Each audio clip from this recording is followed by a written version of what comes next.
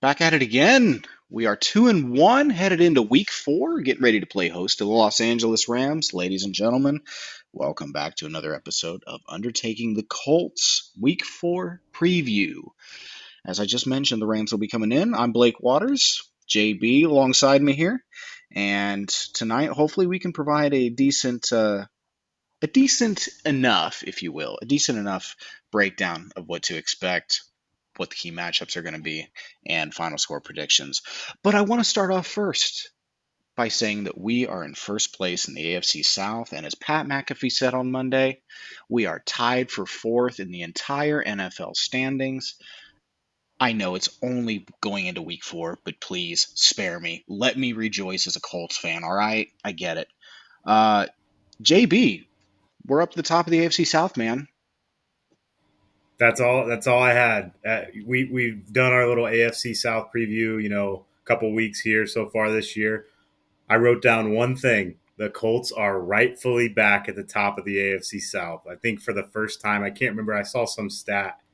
It was like the first time in 6 or 8 years or something that they've been outright at the top after 3 games or something like that. So we'll take it. Good start to the Yeah, year. we will definitely take that. And, you know, I hope that we can hold on to this because we came into this season with not a lot of high expectations and not a lot of really. I don't want to say belief because as Colts fans, we always believe that our team's going to do well.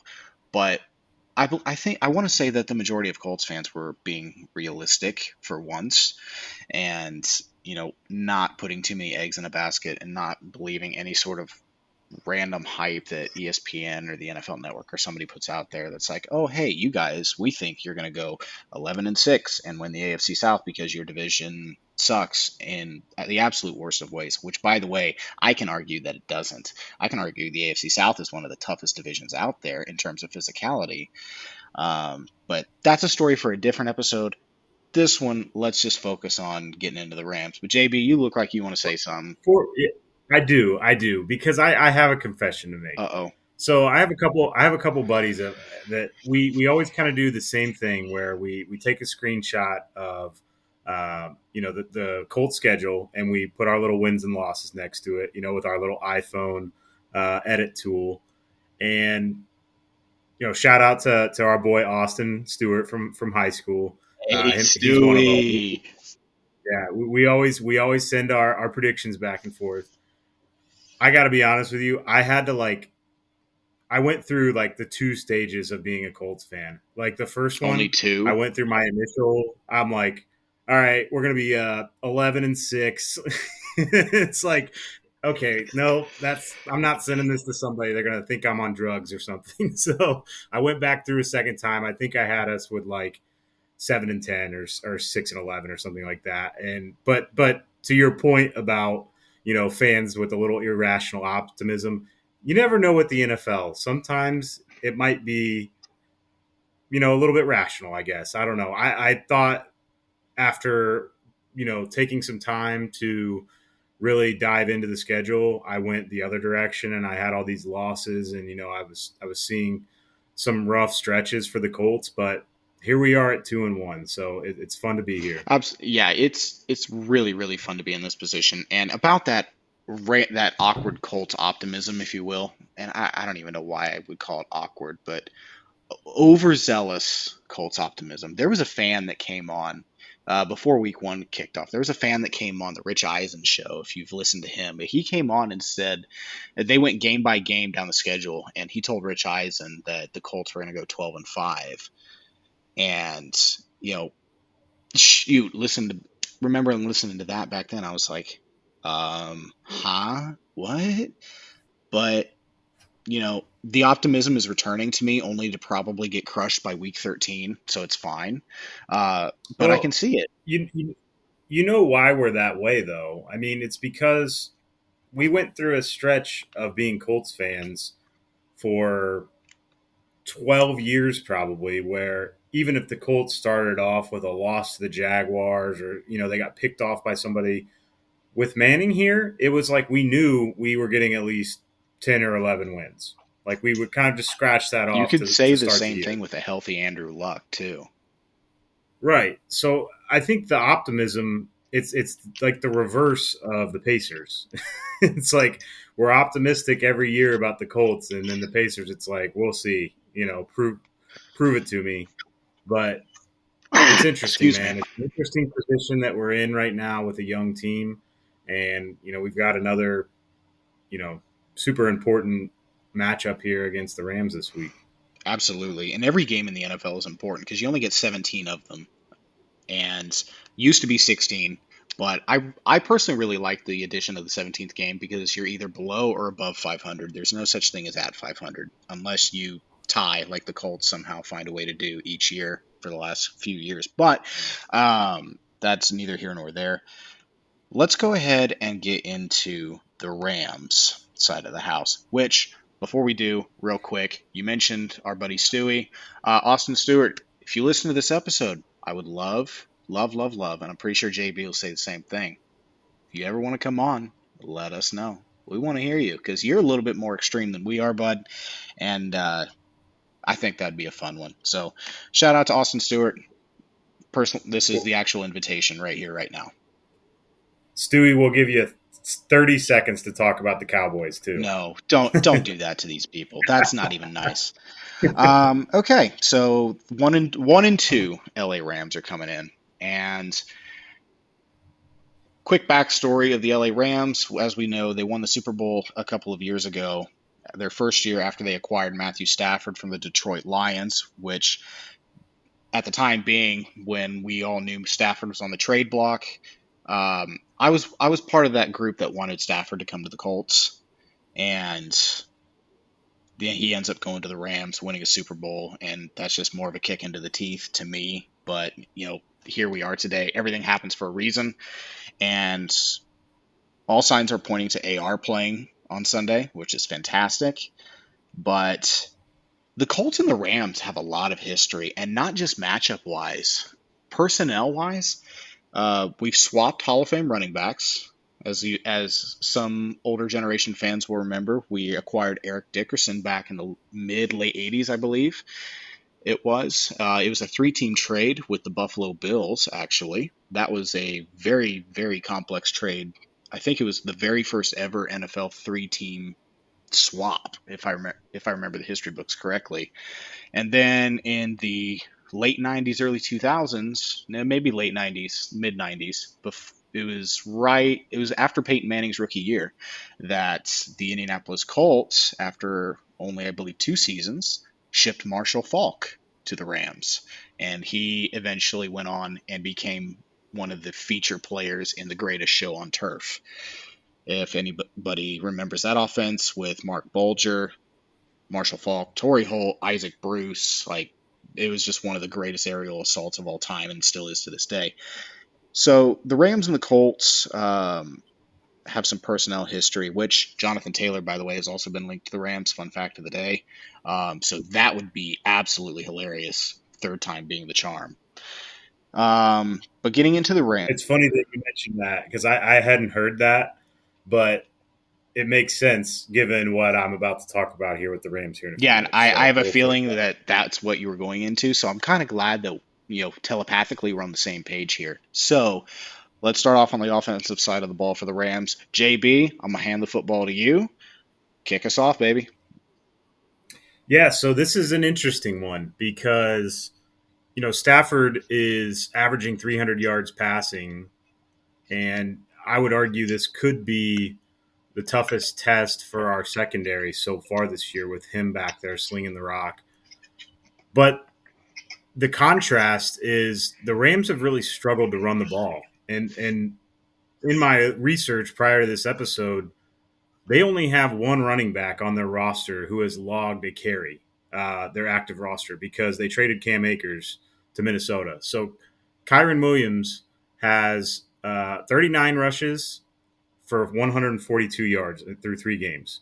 So that is not very That's good. quick. Let's say that Even that's our quick math. That's only about 3.5 a carry. even our Jaguars game, not limiting us. we've rushed for more than that with Zach Moss. So he's run for over, I think, 100 yards both games, right? He ran So for a buck 22 alone against Baltimore. right. So we're already above that, and we had an abysmal rushing game against the Jaguars. So that's one thing I thought was really interesting on the offensive side of the ball for them. And I've got a couple other points on the offense that I'll jump into, but I'll give you a chance to jump in with your thoughts as well. But that was the big thing that stuck out to me here, in my analysis of the Rams so far was pretty much one dimensional on offense so far. And Gus Bradley, obviously, we'll see that, and hopefully we can take advantage of it. Yeah, absolutely. And I do agree with that up to this point. They've, through 3 games, their offense, while it has put up some numbers, you know, historically, Sean McVay's offense revolves around establishing a run game. And, for years it was Cam Akers and Daryl Henderson. And then before that, there was Todd Gurley, who, in his prime was a really, really good running back. And now what we're seeing is, I don't know if age is starting to catch up to some of these players, or if, because there's an age gap, right? Matthew Stafford is age 35. He's been in the league for 13, 14 seasons, and he's thrown to a lot of young receivers and tight ends that are, I think, all under the age of 27. Um, the big receiving target is been one of the storylines of the NFL is Puka Nakua, who has 42 targets on the year, 30 receptions, no touchdowns, but he is pretty much identically replacing Cooper Kupp in terms of workload and distribution. And Cooper Kupp is on injured reserve to start the season, so we're going to get the pleasure of not facing that.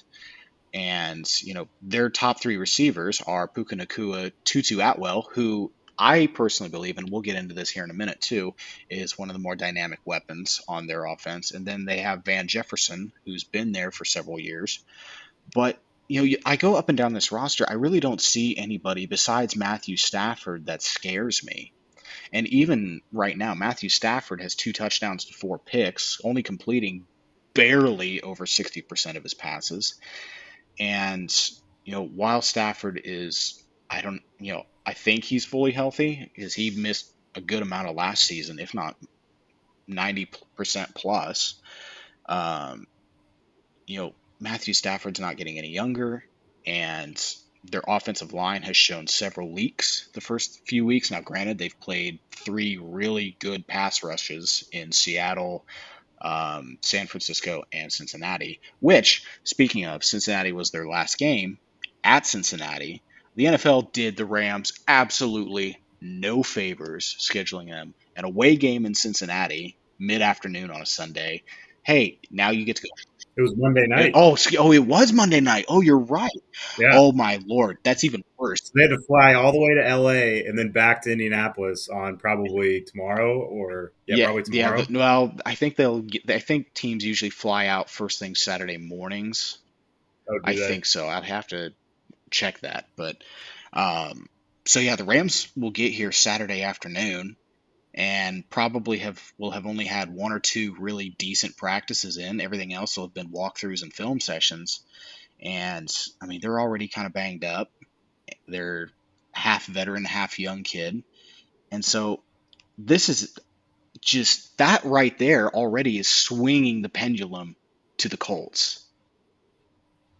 Yeah, it's funny that you bring that up because I thought the same thing when I watched the game on Monday, and I thought to myself, I wonder if they're actually going to fly all the way to LA or if they just stay in Indianapolis and practice all week. But I don't know what the rules are on that. If they have to, I don't. There might be something in the NFL where they have to return back home or something like that. I really have no idea because it could be in the NFLPA or anything. Yeah, I well, don't know. to my acknowledgement, I believe in order to practice at an offsite facility that's not team owned or anything like that, you first have to get site permission, and then you have to get the NFL's permission, or vice versa. You have to get the NFL's permission first, and then you have to do scheduled deconfliction. So, if they wanted to go from a Monday night game in Cincinnati and come to Indianapolis and say practice at Grand Park, first they have to get permission from the NFL to do so weeks in advance,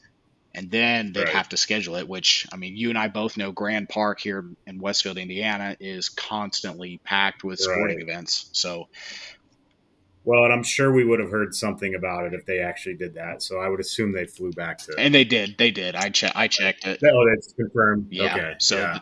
Well, so it is. Yeah, that's going to be quite a.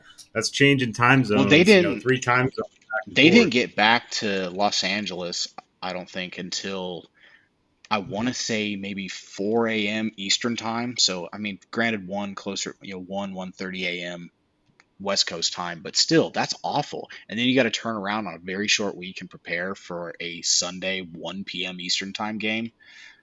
The Right. NFL really just bent the Rams over a chair and put a paddle on the rear end. Yeah, they didn't do him any favors. That's for sure. Um, but in terms of matchups, JB, kick us off here. What sort of matchup are you looking at from the LA Rams perspective that I don't know, do they have any sort of advantages? What are their big disadvantages? You tell me, and then I'll kind of piggyback off of you of what I'm thinking.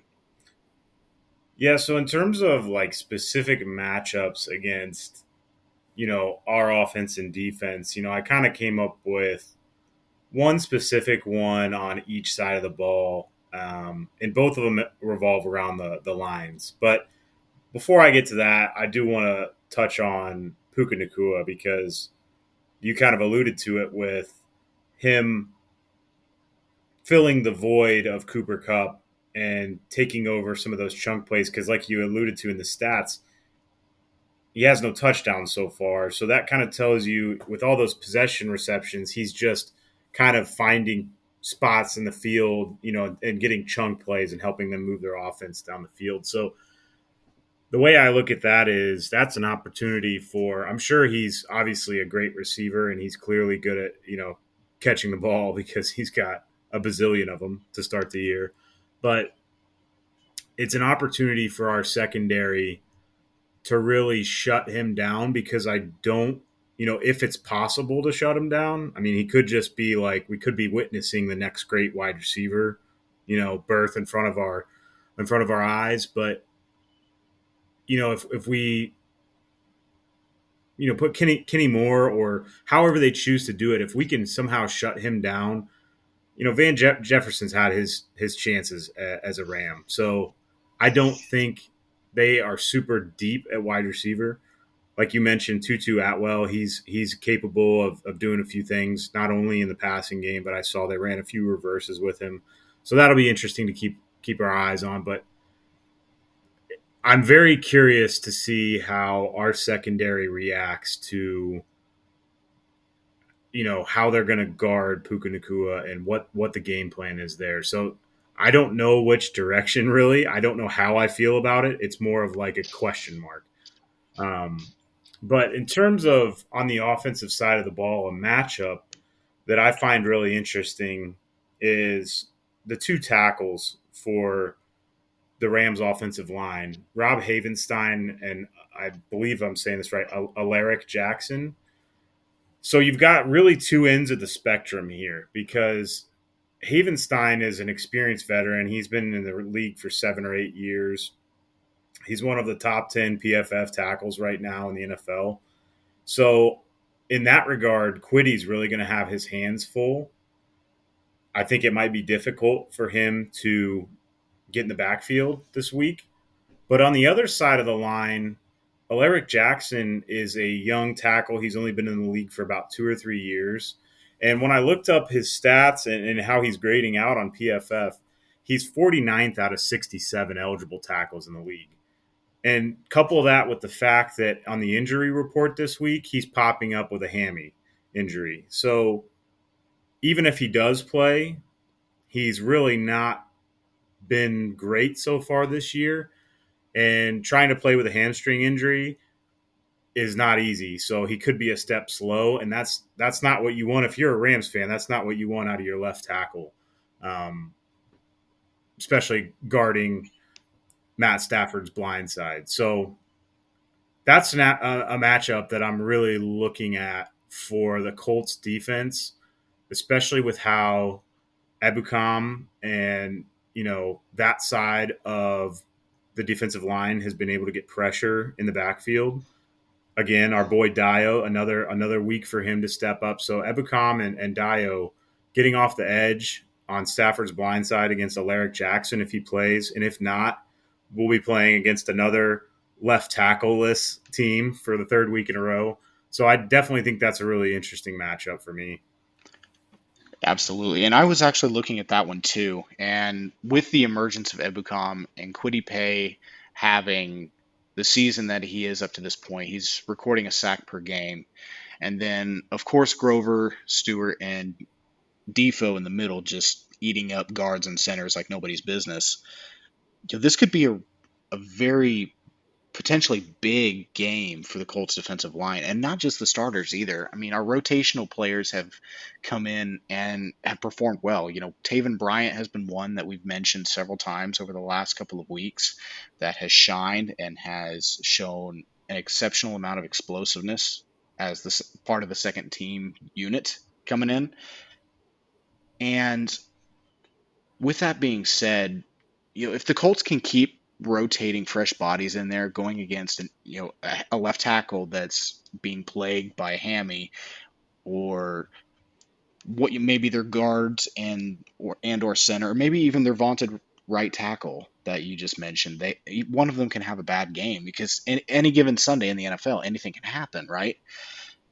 You, all it takes is one electric play to really change the momentum of a ball game. And with the way our defensive line has been getting after quarterbacks in the first 3 weeks, I expect them to make a big impact in this game. Now, to build even more so off of that, um, you were talking about the Rams receivers and how, up to this point, Puka Nakua has 42 targets in 3 games. That's 14 targets a game with 10 receptions because he's at 30 through 3 games, 10 receptions. He's clearly Stafford's favorite target right now. But if you look at Tutu Atwell, and I think he is the receiver to really pay most attention to, he has shown the ability to run pretty crisp routes. He has fairly sure hands. And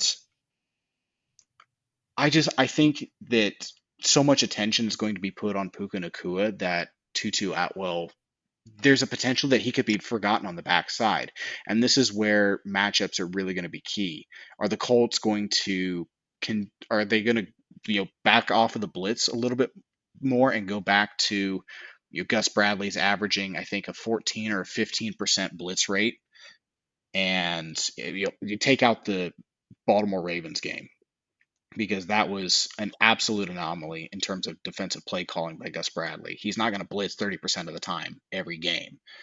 He's probably going to sit anywhere from 14 to 18% blitz rate and really just focus on the front four of the defensive line getting home. But this is where I worry about the secondary being able to cover these quick twitch receivers for so long. And I'm going to assume Juju Brents is starting again, and whether he's on the outside or if he's playing, Higbee the tight end, I personally expect Brents to be on the outside, possibly against Atwell or Nakua, and that would leave Dallas Flowers on the other one. And Dallas Flowers, as I mentioned last episode, he stepped up, but this would be a big test for him. And I'm not saying by any means Nakua or Atwell are the next great receivers, or they're currently great, or they're the biggest type of threats in the NFL. I'm just saying that they prevent enough of a challenge to where you have to personally game plan for each player. Yeah, and I think what's interesting that you brought up that I really didn't even consider was Juju probably has the perfect size to guard Puka Nakua. So obviously, I don't think from what I've seen out of the Colts, they don't run their corners back and forth a ton just to play man. But it'll be interesting to see how the Rams choose to pick on our defense if they do try to get like a mismatch with can Juju guard Tutu Atwell. Talk about a matchup there, Juju and Hmm. Tutu. Um, It took me a second to get that, but that's pretty good. and then with Dallas Flowers, he's a little bit smaller, a little bit faster. Probably matches up better with Tutu Atwell, but we'll see how they choose to play that coverage. But like you said, I think there's a lot of question marks. Obviously, the stats are there for Puka, but who's to say that if Juju is able to guard him most of the game, size wise, maybe he matches up well. I mean, Juju's got speed for his size, Hmm. so it should be interesting for sure. I really just don't know what to expect there. Right. And historically, watching Sean McVay over the last several seasons, he's a very creative offensive mind. And my best guess is, with the Colts primarily playing a cover three zone defense, Sean McVay and that staff is really good about scheming zone busters and zone beaters. So that'll be a very keen thing to keep an eye on is how Gus Bradley continuously calls the game, you know, drive to drive, quarter to quarter, half to half, however you want to go about it. But I fully expect the Colts to step up and I wouldn't be surprised if they really step up and play the most man coverage this game than we've seen them do all year. Because up to other than the Jacksonville game, we haven't faced a receiving core that scares me. This one doesn't scare me by all means, but it's probably up to this point the second best receiving core that we faced. Well, and what's interesting is when we played the Rams 2 years ago at home, I think obviously Cup tore us up. Because But that was the year that he if I set remember the single season receptions record. right, but if I remember right, I believe that Tyler Higbee also had a big game. So when you're talking about the zone busters, and he's got 11 receptions for 132 yards so far this year. So I mean, it's a 12-yard average. That's not bad at all. I mean, that's exactly what we're talking about. That soft zone, find the open space in the middle of the field. Pretty much exactly what we were talking about last week, what we wanted to see against the Ravens for the Colts. Yes, So, I mean, it'll be interesting, like you mentioned, because McVay's a wizard on offense. So, and I'll get into, my keys to the Colts, and what they need to do. But I think there is a solution to this problem with the secondary. But then again, I don't even know if it's a problem because I felt like every week so far I've brought up the secondary like, all right, here's what we need to do. I think it's a bad matchup for our receivers. The truth is these guys are young and so far they've held up. And I mean, I'm worried about it every week, but then they continue to play just fine. So it'll be interesting. It's I think a sign of growth under the Bradley regime on defense, and I think maybe we should give them the benefit of the doubt a little bit and see what happens. for sure. And again, more kudos to Ron Miles for coaching up that unit as well. And that brings up a good point to where it's going to be really interesting to see how this goes. So overall, you know, Rams offense versus Colts defense. There are me personally, I think there's several keys. This is where the most keys to victory are, in my opinion, which we'll get into later. But the Colts defensive backs continuously keep surprising me week in and week out. And in my point of view, they're 3 for 3 in challenges met. So I'm this is me hoping for 4 for 4 right now. So getting into the flip side, Colts offense versus Rams defense. There's the obvious one human being that can completely destroy this offensive game plan. And I don't even want to mention his name, but I have such mad respect for this player. And this player that I'm aforementioning is big number 99, Aaron Donald. And he's not even that big either. He's 6'1", 280 pounds, but he's not your standard interior defensive lineman at all. If you ever see this man without a shirt on, he looks like a Roman gladiator. His workouts are absolutely insane. And at age 32, in his 11th season out of Pitt, this man is continuously playing as the best player in the NFL, period, dot, the end. Like, Aaron Donald to me is the best player in the NFL. He is the most dominant force that I'd say the NFL has seen for sure since Lawrence Taylor. And I know I'd made kind of that comparison with J.J. Watt, but Aaron Donald beats J.J. Watt, a prime J.J. Watt, in my opinion.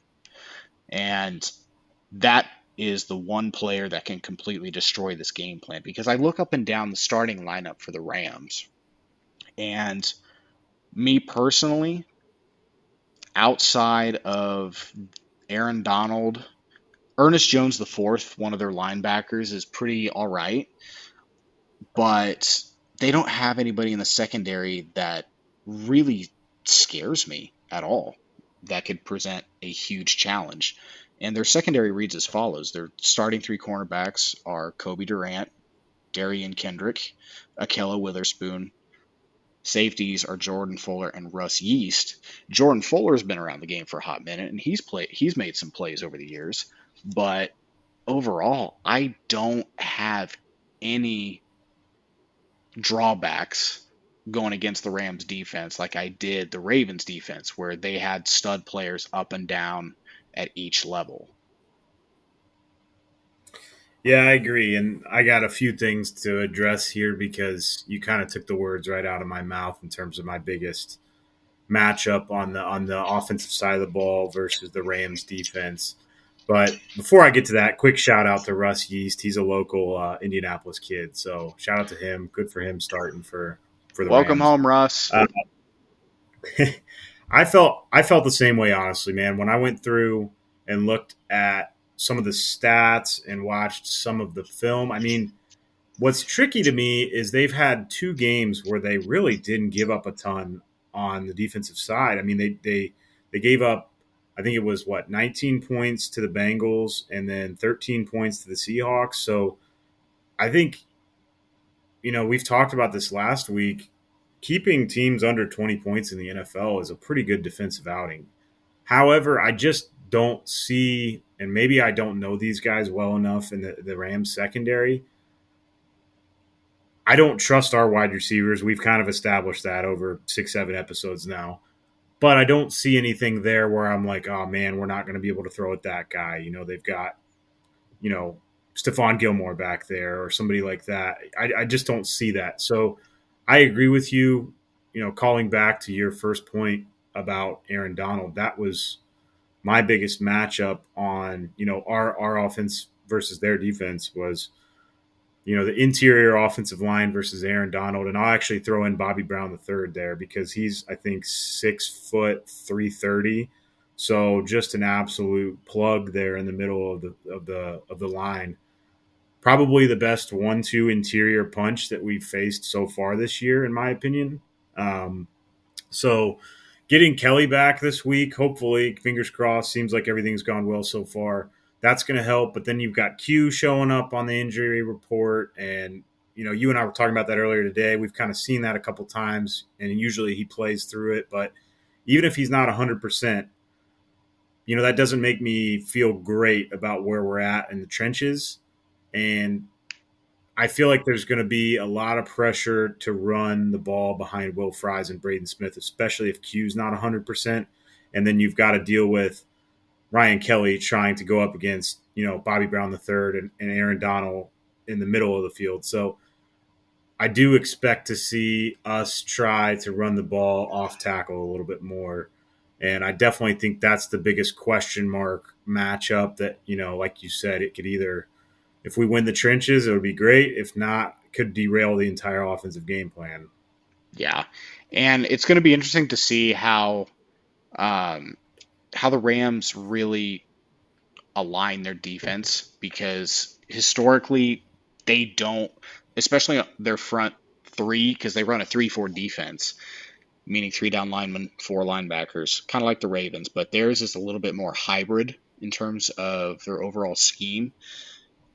But I wouldn't be surprised if Aaron Donald lines up in 4 to 6 different technique positions. to where they get him, matchup advantages from far side, near side of the field, or if Q is really struggling, they continuously line him up over Q because that toe's preventing him from keeping up with Aaron Donald's quickness inside. And then Will Fries. Well, this is going to be Will Fries' biggest test. And I mean, he stepped up to this point and has done really, really well. But doing really well against everyone else is nowhere near the same as going against Aaron Donald for 40 to 60 snaps a game. And so this is guard, center guard is going to be their biggest test. Now, I still have faith in the tackles. This is where I'm going to pound the table. Like we mentioned a little bit last week, Braden Smith needs to clean it up. We cannot keep seeing these false start penalties, nor can we see holding calls. Because the Rams defense, while it is not the most elite as it was a couple of years ago when they had guys like Jalen Ramsey and Bobby Wagner was there for a couple of years. This isn't a Rams defense that you're just going to look at on paper and poop your pants. So tackles need to do their thing, but guard, center guard on our offensive line needs to step it up big time because Aaron Donald will bull rush you. He will blow right by you. And next thing you know, he's landing on top of Anthony Richardson, and our next podcast could be a sad story. I don't want to think like that. I'm not going to think like that. I'm just going to mention it up because that's worst case scenario, and I'm not going to say it again. Well, it's interesting the perspective because you could almost say the same thing about our defense. Like we don't know what to expect from their defense. If their defensive line really controls the line of scrimmage against our offense, it could completely shut down our offense. I think you could say the same thing about us. If our defensive line completely controls the offensive line of the Rams, you could say the same thing there. I mean, it would be a similar, matchup. I would definitely give us the edge in terms of if you're stacking up the two defenses side by side. I would definitely give the Rams the edge on the defensive line as a whole. I would give us the edge as lineback on our linebacking core. And then, the DBs is a toss up because we've got Kenny Moore. I've heard of Darion Kendrick. Beyond that, there's two guys out there, and Jordan Fuller, obviously, like you said, he's been around forever. But Akello Weatherspoon, never heard of him. Coble Durant, never heard of him. So They do that's they do probably still what. have John Johnson the third, but he's been relegated now to second string. And the Rams fans are probably thinking the same thing with us, like Juju Brents, Dallas Flowers. Like, who are these guys? We've never heard of them either. So it's kind of a toss up there. But it's interesting that you bring that kind of mindset up with the defensive line because I think it's kind of really how I feel about our defense too. We kind of go the way of our defensive line right now. Yeah, and this is actually where I'll disagree with you a little bit. I think defensive line as a whole, the Colts have the advantage, but in terms of defensive line players, or a couple of players being Aaron Donald and then, as you said, Bobby Brown the third in the middle, that's where the Rams are superior. It's just those two players. But depth and overall front, I think the Colts have that advantage there. And that's just my personal opinion. Yeah, that's fair. I think it's I understand where you're coming from because we have seen guys like Taven Bryan step up behind Grove and um, you know Defoe, but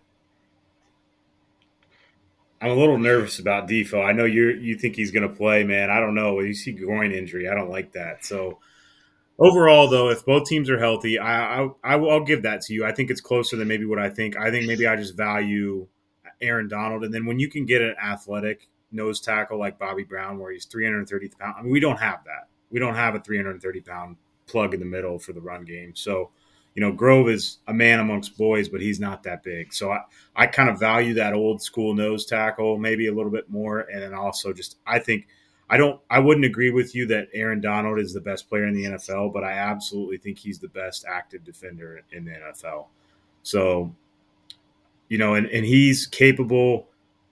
He's more capable of taking over a game on a defensive line by himself than anybody on the Colts, in my opinion.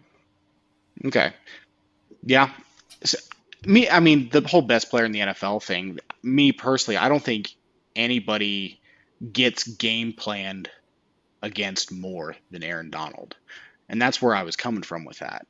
And the only other person, offensive or defensive side of the ball, that I can think of that would put that much fear into your eyes is Patrick Mahomes.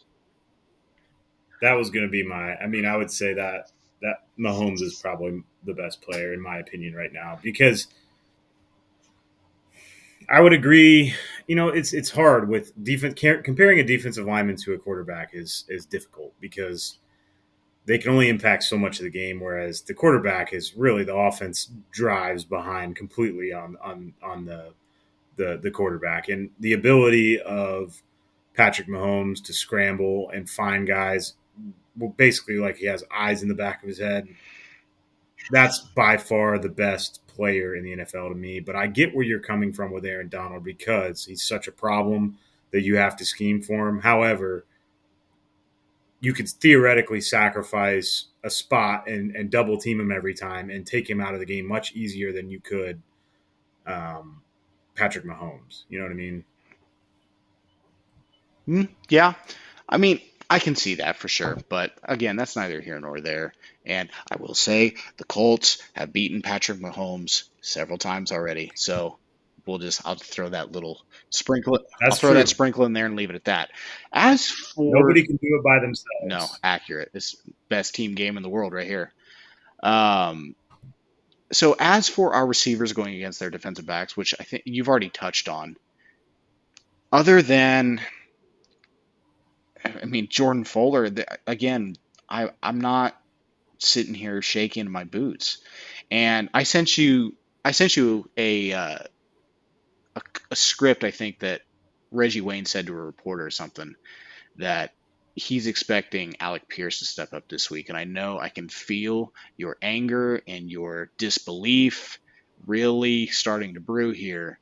But if there's any time for him to step up, it's now. Because No, I know you're long sold on him, and that's fine. I get it. I'm starting to go down that route a little bit, but I'm still going to be optimistic here. I feel like it's a bit for me at this point. Like I kind of just got to roll with it. And to be clear to everybody listening out there, I want Alec Pierce to succeed here just as much as everybody else. But I hit a certain point when I see mannerisms out of, and I have no doubt that he's working hard and trying hard in the game. Like we've established before, he's very good as a blocker. I just, when you are supposed to be a deep play threat for a team and you cannot consistently catch the ball, it's going to eat at me.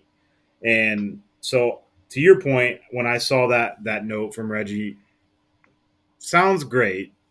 You know, I'll believe it when I see it. It's like, following IU football.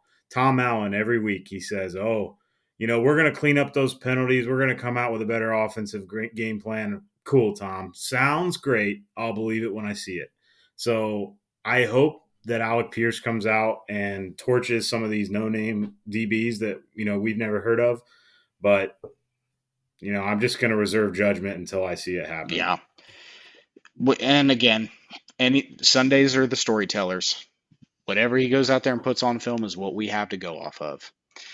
So let's go ahead and change gears a little bit because I think the Colts offense definitely has a much bigger advantage going against the Rams defense. And with Anthony Richardson and Ryan Kelly on track to start and clear concussion protocol, that's just going to open up such a dynamic factor to what Shane Steichen can do offensively. And this kind of gets into now keys of the game. And Jordan, I want to throw it back to you because I know you're itching to share these. But give me some keys to the game, and you can just do offense, or if you want to give them all at once, by all means, the floor is yours. Well, it's easy to start. Protect Anthony Richardson at all costs. We cannot put him in a position to take major hits again this week. I'm almost hesitant. Even I know it's gonna. is a huge part of the Steichen playbook. But I've gone back and forth in my head about the designed run plays, things like that with AR out of the backfield, and I know we're going to have to do some of it, but I really want to limit those hits that he takes this week, and I think finding ways to move the offense down the field without relying on his legs, if we can. If we need to use them, it is what it is. You got to do what you can to try to win the game, but that's one of my biggest keys is just keeping him healthy, and that may not even be a key to victory. That's just a key to the game. um, but in terms of keys to victory, I mean, one thing I hear on offense I had that is going back to the well. Now that we have AR back, hopefully, fingers crossed. I think we're like 95% sure. Now that we have him back, incorporating the tight ends and downs in the screen game again to open up the field a little bit more, I think will really help, because what I'm concerned about is I agree with you to an extent that the Colts have a bigger advantage against the Rams defense than they do against our defense. But I think that hinges a lot on us continuing to be able to run the ball at the clip that we have the last two games. And I think establishing that screen game in the flat will help, kind of in a weird way, the passing game kind of helps set up the run game a little bit, because that's my biggest concern, as we've established, is our matchup against the defensive tackles for the Rams. So if we can continue to take advantage of those chunk screen plays and then kind of sneak in some of those outside runs, that's where I see our offense really getting humming. And as I've mentioned, I'm not real sure about our wide receivers down the field. So I think that's how, couple that with being able to open up the playbook a little bit more with AR being back. I think that's how we really set the tone on offense. And then, one other thing on the offensive side of the ball, and then I'll throw it over to you for your offensive keys. I feel like so far this season, it is probably a product of trying to get Anthony Richardson comfortable. We haven't seen a ton of shots down the field.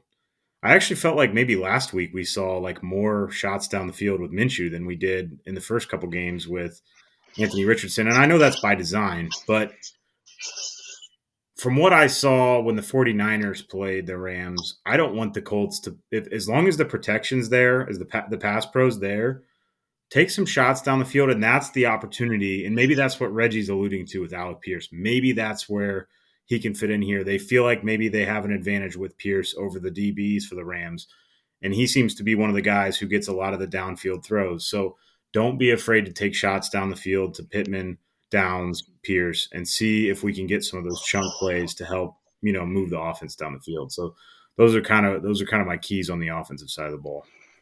Okay. It's kind of so your keys are somewhat similar to mine, but I do have a few different ones, I'll say. So let's start it off. I want to see, in order for the Colts to succeed offensively, what I want to see is not just a ground game established with Zach Moss or who's it? I can't. Trey Sermon. Thank you very much. With that 1-2 punch. Now, I fully expect Zach Moss's workload to get pulled back. I wouldn't be surprised if we see only 14 to 17 carries out of Zach Moss out of the backfield, just to slow that down. And now that Trey Sermon has been in our system, again with Shane Steichen coming over from Philadelphia, he's been reintegrated into Shane's system now for over a week, so that could make him more comfortable and allow the Colts to rotate the backs a little bit more frequently to keep their legs fresh.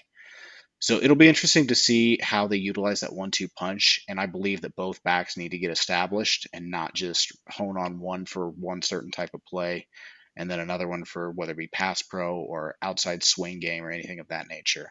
But I believe, and I'm going to bang the table on this one, that in order for our offense to truly succeed, especially with what was previously mentioned with Aaron Donald's ability to bust through the interior offensive line within 2.5 seconds or less,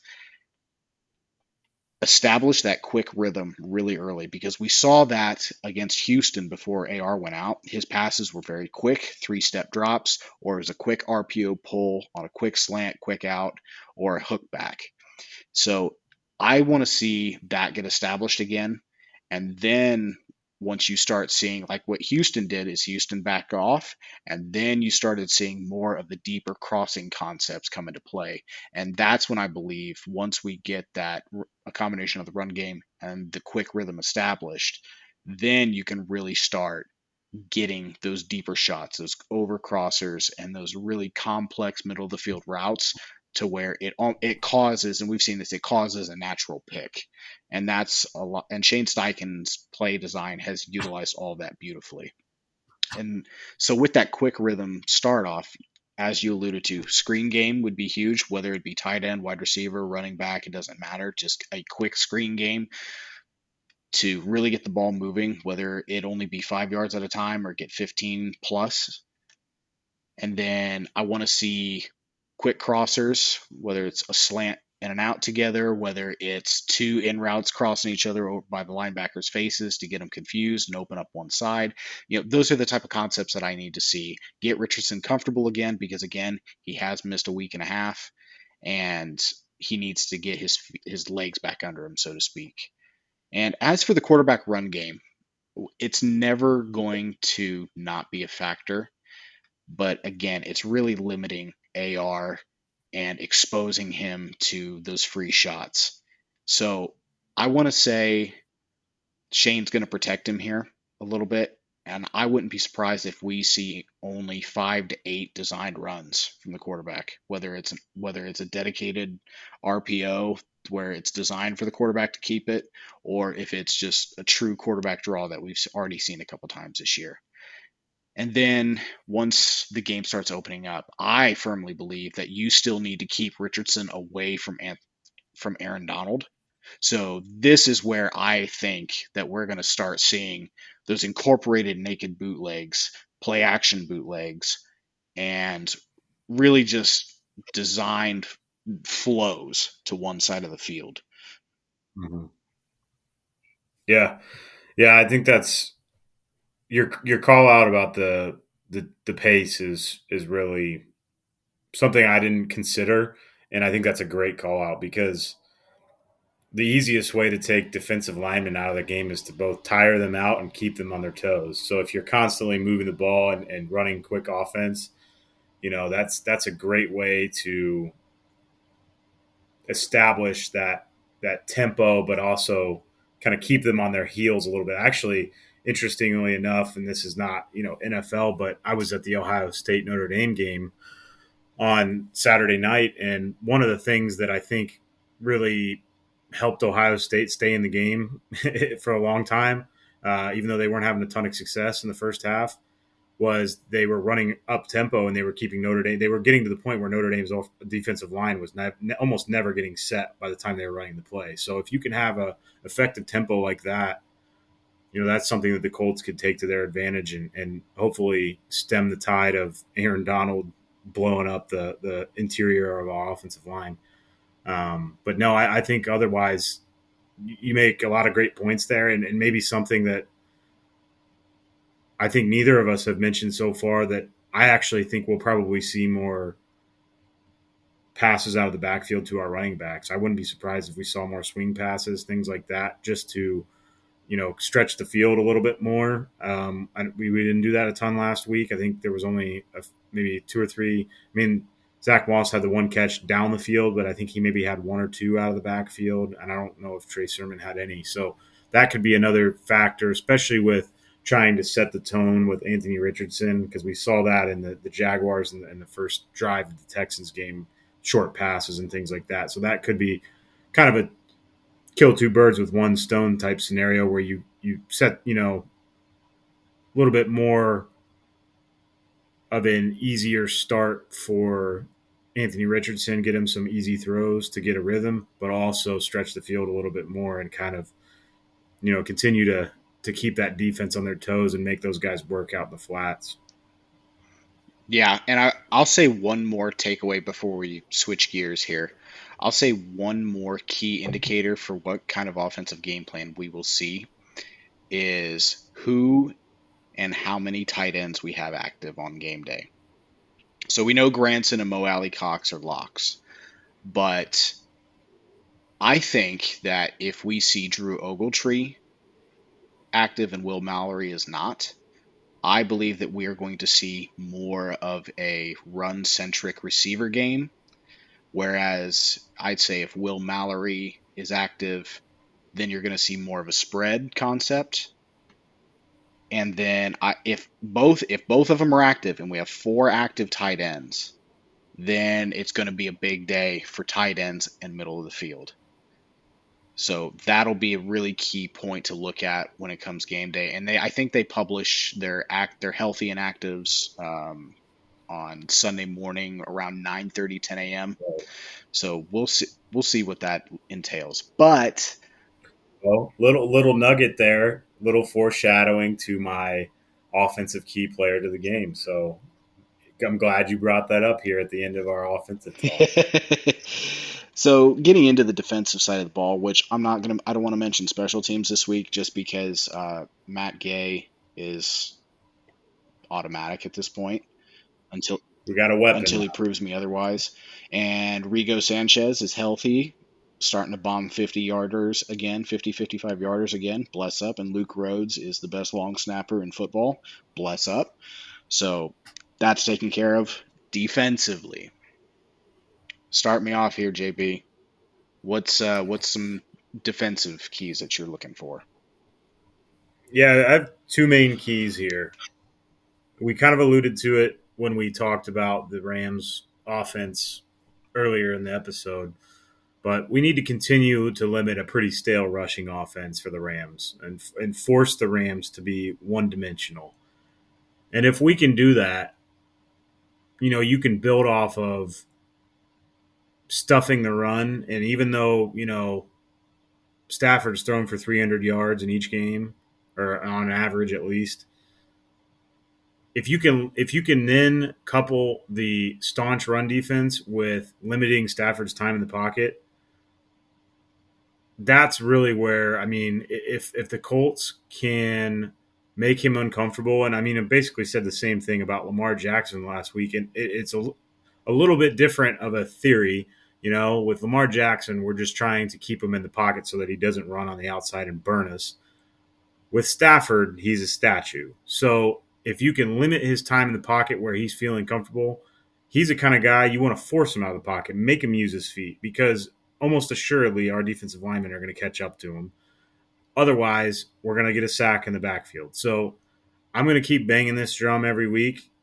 We've gotten good pressure. We've had, I think it was 12 sacks through 3 games, but I want to see the Colts get more consistent pressure on the edge. And I think, as I alluded to earlier, with Ebukam and Dio on that side of the ball, we can exploit a weakness on their offensive line and make him uncomfortable and really disrupt the passing game to help take some of that pressure off of the secondary. So while that's kind of a question mark, the secondary, I think there's an easy game plan, at least in theory, to kind of target to, you know, make Stafford uncomfortable, make him continue to throw interceptions like you mentioned earlier that he's already been doing this year. But McVay is a play calling wizard. So if you give him 5-6 seconds in the pocket, he's going to find open receivers. It doesn't matter how good our secondary is. Stafford's going to be able to, with the play calling and his veteran savvy, he's going to be able to find open receivers. So we really have to make it a point to make him uncomfortable in the pocket, and I think we'll see a lot of success on defense if we can do so. I do agree with that, and I'll take it one step further with the getting the pressure on Stafford. If we can establish consistent pressure with a four-man rush and really limit the blitzing, then that will open up several more avenues for our our scheming, if you will. So if we can get consistent pressure with just a four-man rush, right? Then my biggest thought is that the Rams are going to do more true spreads, not just three receiver sets and a tight end, but I wouldn't be surprised if they really bring in a fourth receiver, whether that's Ben Skarnek or trying to think, Demarcus Robinson. They've got Demarcus Robinson, the former Chiefs receiver, on their roster, who's a speed demon but has had drop issues. Um, I wouldn't be surprised if we see a lot of spread concept from the Rams. So if that's the case, then we really are going to need to get after Matt Stafford with a four-man rush and really limit the pressure that a quarterback talent such as Stafford can put on a young secondary. Because as we've established, Kenny Moore is exceptionally trustworthy, and Dallas Flowers and Juju Brents are starting to really gain my trust as well. But it's after that to where are we going to bring a safety down to cover that fourth receiver? Or are we going to trust EJ Speed to go cover a wide receiver? Yeah, I don't know. So it's going to be a really interesting dynamic going through the flow of the game and seeing how both Gus Bradley and Sean McVay adapt to one another because they've had their historic battles. Don't get me wrong, they have. And Gus has been around this game a long time and he is exceptionally bright defensively. So seeing how that entirety of a defensive game plan unfolds is really going to be what I'm watching. And like I said, if we can get home with a four-man rush and get two quarterback sacks with just using a four-man rush, and then maybe steal another one to two more from our rogue blitzing, whether it's Kenny Moore coming down from the slot or you rush EJ Speed through the B gap again, which he has done effectively, I think now 3 straight weeks, then that's going to set our defense up for success. And honestly, I can see this going either way to where our defense holds the Rams to 10 points or they exploit us for 28 to 30 points. Yeah. And two things to touch on that, building off of what you said. The first one being one thing I wanted to point out, and I forgot to mention this earlier, but both Ben Skoranek and Tyler Higbee showed up. They have not practiced on Wednesday or Thursday this week with Achilles injuries. So Mm, that could play a major factor in Sunday. I mean, obviously, there's still a chance that they could play. But if not, that may even make it easier for us to get that four-man rush if there's less of a downfield threat and, we're just rushing four and Stafford can't find anybody open. Um, that's even more of something to keep an eye on. But calling back to what you mentioned with our blitzing and versus our four-man rush, I think it was either you or somebody else sent me a stat that I think the Colts have either a top 5 or top 10 blitzing rate right now in the NFL, and success rate. So I think you're exactly right, and that's probably something that I should have mentioned was really I'm looking for our edges to get in there, and it's going to be tough for Quiddy Pay against Rob Havenstein, but if we can get that four-man rush going without having to rely on the blitzes and really keeping some of our speedy linebackers out in the middle of the field to take away those chunk plays that Stafford likes to get, that they kind of killed us with 2 years ago. Um, I think that's a huge key that you're exactly right on. yep. And it seems, I mean, again, I think you and I are pretty similar in terms of what we're looking for. But now this is where I'm going to get really curious. Key players to watch for this game. Just go ahead and give them all to me. Offensively, defensively, if it's special teams, send it right now. Yeah, I feel like the last couple of weeks I've picked way too many, and I feel like maybe moving forward we'll just go with one each and kind of run with it. But because I don't want to take up the whole team and then turn it over to you to be like, oh yeah, I think key player this week is Luke Rhodes. So on the defensive side of the ball, I've mentioned his name probably 25 times in this episode so far, and like 50 times on the year. Samson Ebukam. I mean, this guy has quickly become one of my favorite players on the Colts defense, and I've laid out my case for him to have a huge game. I think he's going against a major weakness on the Rams' defensive line, and I think the opportunity is there for him to really wreak havoc on Matt Stafford, especially with Ebukam's speed and how slow Stafford is in the pocket. So, I definitely noticed that the Bengals were able to get in the backfield and um, make Stafford uncomfortable, and it obviously led to them really having a step back on and how their offense did versus the first 2 weeks of the year. So that's a huge guy I'm keeping an eye on, and I think he's going to have a huge game and really make an impact on the success of our defense. On the offensive side of the ball, I kind of alluded to it just a few minutes ago when you started talking tight ends. I think Kylan Granson, is going to be one of the biggest key players in this game because from what it seems like to me, Anthony Richardson has built a pretty comfortable rapport with him so far. And I think it was very clear in, the Jaguars game and the first half of the Texans game. They used the tight ends a lot with Anthony Richardson. It seemed like when Minshew was in there, we didn't necessarily use the tight ends as much. So I think we're going to see, like I mentioned earlier in my key to the game, those tight end screens and getting those guys over the middle in that soft zone.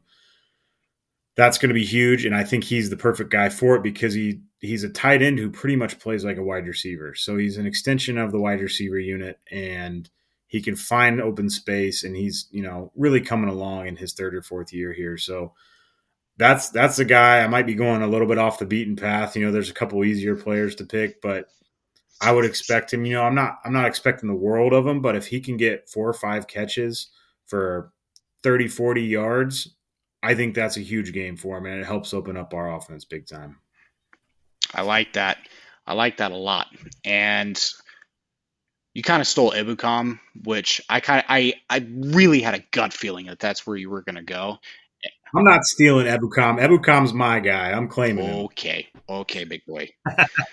I'm gonna need you to take his Xanax real quick, Goose Fraba, and it'll be okay. But that allows me to go a different route, and so thank you for that. So I'm gonna say key player on the Colts defense is Juju Brents, and the reason I'm gonna go with Juju is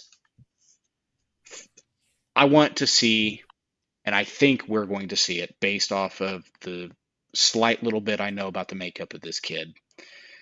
He's a hometown guy. This is going to be his first home game in front of his friends, his family, playing in the stadium that he grew up idolizing because he went to high school at Warren Central. And I think Juju Brents, this will be the game where he establishes himself as the Colts' future CB1. And I would not be shocked at all if Juju Brents shadows Puka Nacua the entire game. I would also not be shocked if Gus Bradley puts Juju in man, just ISO mans him. Or he could do just dual outside man coverage with him and Dallas Flowers. We'll see. But I believe Juju Brents is going to have himself a game, and he is going to not lock down Puka Nacua, but very much limit him like the Bengals did on Monday Night Football. And go ahead.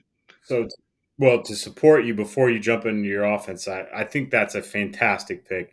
And I'm going to give you a couple reasons why that have nothing to do with stats or coverage. Because, like you mentioned, he's a local Indiana kid.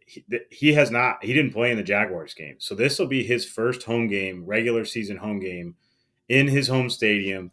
They just did a feature about him on the Colts Twitter or X or whatever, had a feature about him growing up wearing Bob Sanders' jersey in the stadium, and now he's wearing his own jersey in the stadium.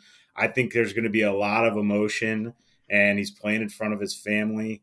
I think that's a fantastic pick, and I could see him having a major impact in this game because he's going to be all kinds of fired up. Yeah, and I believe there's an echo in this room because that's pretty much exactly what I was saying. But yeah, you just elaborated a little bit more. So I'm very comfortable with the Juju Brents pick. And going into the offensive side of the ball, I know you love you some Kylan Granson. I think I need to get you an 83 Granson jersey because you give him so much love. And he deserves it. He deserves it. Did you see that? Oh, speaking of Granson, did you see that photo shoot he did? with that football when he caught Yeah, his touch. That, with his oh first my lord, touchdown football. that made me chuckle quite a bit. I actually, my idiot self, like I didn't look at it closely at first, and I thought it legitimately like he just had a kid with his wife or girlfriend or whatever. And then Oh I was like, I had to no. look at it closer. I'm like, oh no, this is literally just that football. Okay, so offensive key. It would be easy for me to say Anthony Richardson. That would be the easy route. But I alluded to this player pretty early in this episode. But I'm going to say right guard Will Fries because I have a very gut feeling that Raheem Morris, who's the defensive coordinator for the Rams, which, mind you, Raheem Morris was a finalist for the Colts head coaching job, one of the most well respected coaches in the NFL. I believe that he is going to scheme his defense to where he Aaron Donald tries and will on several occasions take advantage of Will Fries. But if Will Fries can buck up and anchor down and contain Aaron Donald more than I would say 60 to 65% of the time to not allow him to wreck the play, that will be an absolute success. Because if you can take Aaron Donald out of the picture 3/5 of the time, I think you're going to have a steady offensive drive happening. And so I'm going to really hone in on number 75 going against 99. And I think we're going to see that a lot this weekend. So that right there is going to be my offensive key. It's not going to be a skill position. It's going to be one of the big uglies down there in the trench. Yeah, I mean it's an interesting pick. It's a gamble. It could go one way or the other, but I think you're exactly right. If we're gonna have success on offense, it's gonna really rely on Will Fries holding it together against Aaron Donald, and let's just pray that Big Q plays on the other side. Otherwise, we're gonna have I can't even remember. You knew his name last week. Whatever that backup Oh, guard Josh is, Sills. Phil's playing left guard, and that against Aaron Donald and Sills can hold his own. Bobby. I mean, I don't. I mean, it's not like I'm going to have A plus confidence, but I mean C plus to low B minus confidence. I mean, that's replacement level. I'm fine with that. Well, and like we said, there's ways for the Colts to go. I mean, would it be wise to run Zach Moss straight up behind Will Fries into the arms of Aaron Donald? Nah. Probably not. But they have a lot of options to go different directions and really run away, or not necessarily run away, but direct their offense away from Aaron Donald. Hmm. So I think you're right. If he can just hold up in pass protection, that's a win right there, even if he gets eaten up in the run game. Yep. Well, I think this leads us into our predictions, my friend. So I've gone back and forth a lot of about this today, and I'm going to kick it back to you. But are you as conflicted as I am about how this game's going to turn out? Like, give me your spiel more or less on how you think this game's going to turn out, and what's your prediction? Yeah, so I think offensively, we find a little bit more, even though we're going up against Donald, like we've established. I think we find more of a groove with AR back, and just the ability to open up the playbook more. I think makes all the difference. On the you know other side with the Rams defense, or sorry, with the Rams offense, I do think our secondary may struggle a little bit at times with chunk plays. Um, Stafford's going to get his yards. I mean, that guy throws for 300 yards with his eyes closed, it seems. So I think we're going to give up chunk plays, but we've seen it so far this year. We can let them get across the 50 and, hold them to field goals or even stuff them on the, 40, 45. Bend, don't break. We said it a million times.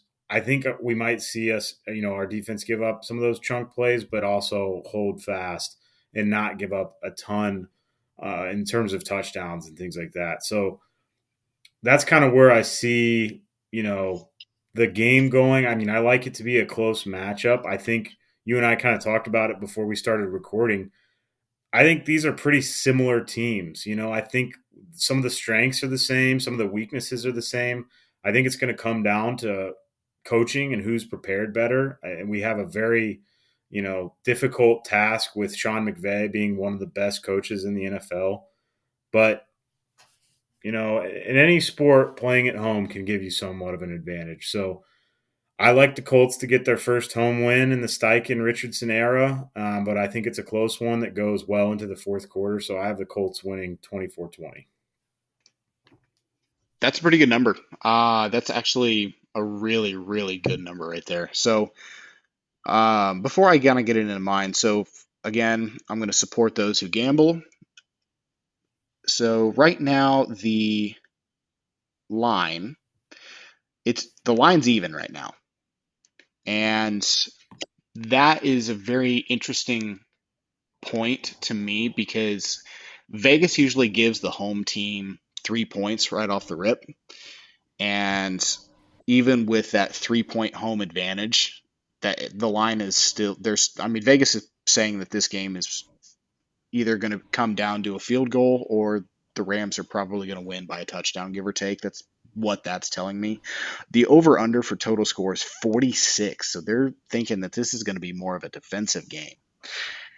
And I mulled this over quite a bit today, and I really don't think it's going to be that much of a defensive game. I think there's going to be a lot of offense put up, and this might be the game where we see Anthony Richardson throw for 300 yards for the first time in his young career. I wouldn't be shocked. So, in conclusion, I do have the Colts winning here, but I have them winning by a score of 27-26. And it's not going to come down to a Matt Gay field goal with time expiring. This is going to come down to our defense holding them. And it's going to come right around midfield, getting close to their field goal range. And this is where I'm hoping a Zaire Franklin or a Juju Brents, DeForest Buckner, whomever, makes the last play to seal this game. So I've got the Colts winning 27-26, going to 3-1, sending the Rams back to LA where they belong at 1-3, and us continuing to build on an AFC South lead. I love it. Almost assuredly probably going to backfire on us because we both picked wins again, but I love it. Hey, we got our blue and white glasses on here. We're taking the 2-1 and we're running with it. So I think it's going to be a close game either way, though, and obviously Vegas does too. So could be interesting for sure. Bring it! I'm gonna be so pumped for this game. I still think I might go. I think I may just go down there and tailgate and might just try to find a ticket, last Well, minute or I'm something. working a tailgate this weekend. So for those listening, I work for an electrical contractor, Gaylor Electric. We host every home game with the Colts. We host a pre-kickoff tailgate starting, I believe, around 10 a.m. It is behind the Slippery Noodle Restaurant and Motel, right by Lucas Oil Stadium. So please come on by, check it out, say hello. Um, I don't know. I wanted to go to this game initially, but I don't know if it was it's not really in the budget right now because life happens. But so be it. Yeah. Yeah, it'd be interesting. Hopefully it's a full house. I think the fans that Indianapolis traditionally has a section of fans who will wear their Colts stuff on Sunday, but they're out running errands. They might be listening to the game. Like I think some of those people are going to start taking notice. Like, hey, we're 2-1. We got this young quarterback. This might be interesting. So I think we could have a full house on Sunday. Hopefully. Go ahead, hop on that Um, bandwagon. I'll gladly pull you all along. Let's go. Yeah, yeah. And just to give I know our loyal fans here, we've talked about the broadcast every preview episode so far. So I went ahead and pulled it up. It's not any better. Oh, We're back to Fox again with the original broadcast team of Kenny Albert and Jonathan Vilma. So uh, back to Mute and Matt Taylor on the radio, folks. neat. Well, again, I'll give them a chance. We'll see. Hope maybe they've cleaned it up. Maybe they just had some week one rust. I don't know. Do That's you true. do you know who possibly the officiating crew is? Because that could get interesting real quick. I know officiating has been a hot topic recently. I don't, but I'm going to look it up right now. This is great radio, but I'm curious as well. I was going to say, because if it's a young crew, then uh, boy, are we about to see a sea of yellow. And I'm not talking about Rams fans either, because those are now non-existent. Yeah. Well, and that's what would have been funny about our if this was a game in LA. I mean, I probably would have tried to go to that for sure, and it probably would have been like See, 75% no, full I thing. I ain't going back to LA. You can't pay me enough to go back to that city, dude. I've been there a couple times, and Yeah, it's like, nope. I'm not a big fan either, especially when you can go like an hour and a half south to San Diego, which is like the most beautiful place in the country. Um, we've got Land Clark this weekend. Who? I do recognize the name. I know who that is. I don't think we get him a whole lot though. Great, just dandy, honestly. So we'll So see. what you're telling me is to expect a sea of yellow. I love it. Boy, is this going to get me all sorts of tilted. So what? Yeah, so we're Yeah. going to come on the post game podcast probably, and we're just going to. I might just dress up in like a yellow banana suit. I'm, Well, the law of averages from last week, where it was like the Wild West, I'm sure it'll be. Yeah, I'm sure it'll be penalty central this weekend. yes, law of averages. Way to bring that up.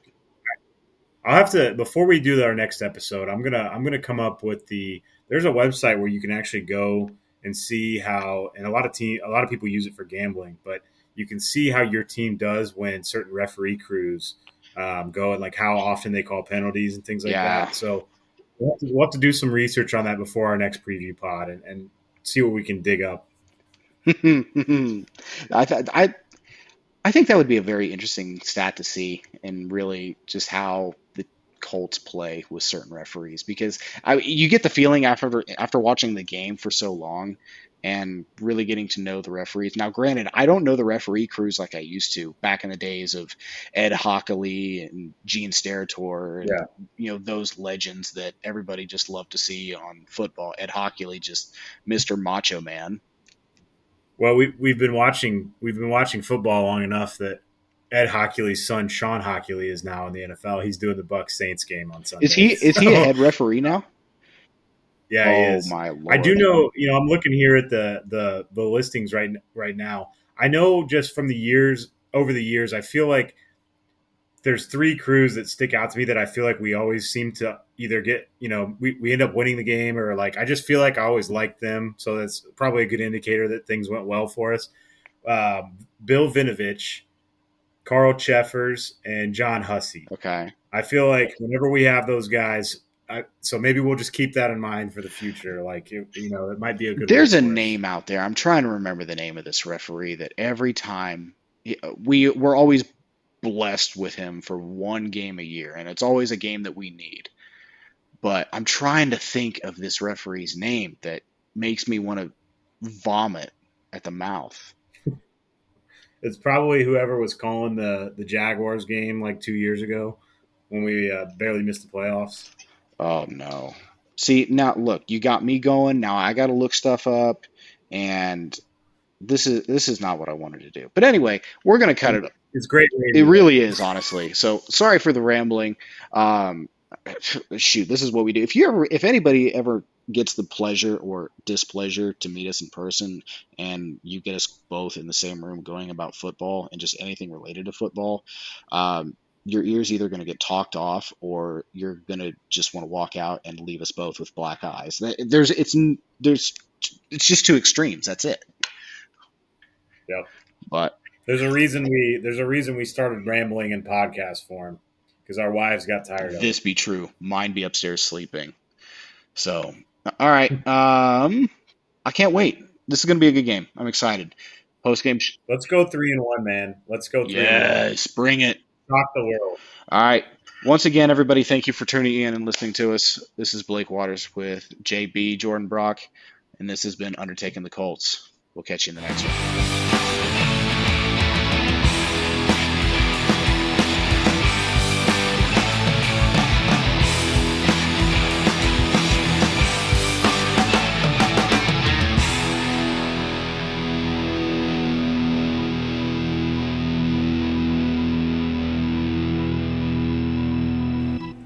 Undertaking the podcast is brought to you in part by National Mortuary Shipping and Cremation. For more than 35 years, their mission has been to assist hometown funeral directors with out-of-town deaths. They take the stress out of complicated shipping and cremation. With representatives across the globe, National Mortuary Shipping and Cremation is there when and where you need them. To learn more about National Mortuary Shipping and Cremation, visit natlmortuaryshipping.com or give them a ring at 888-221-0113. National Mortuary Shipping and Cremation, helping hometown funeral directors since 1981.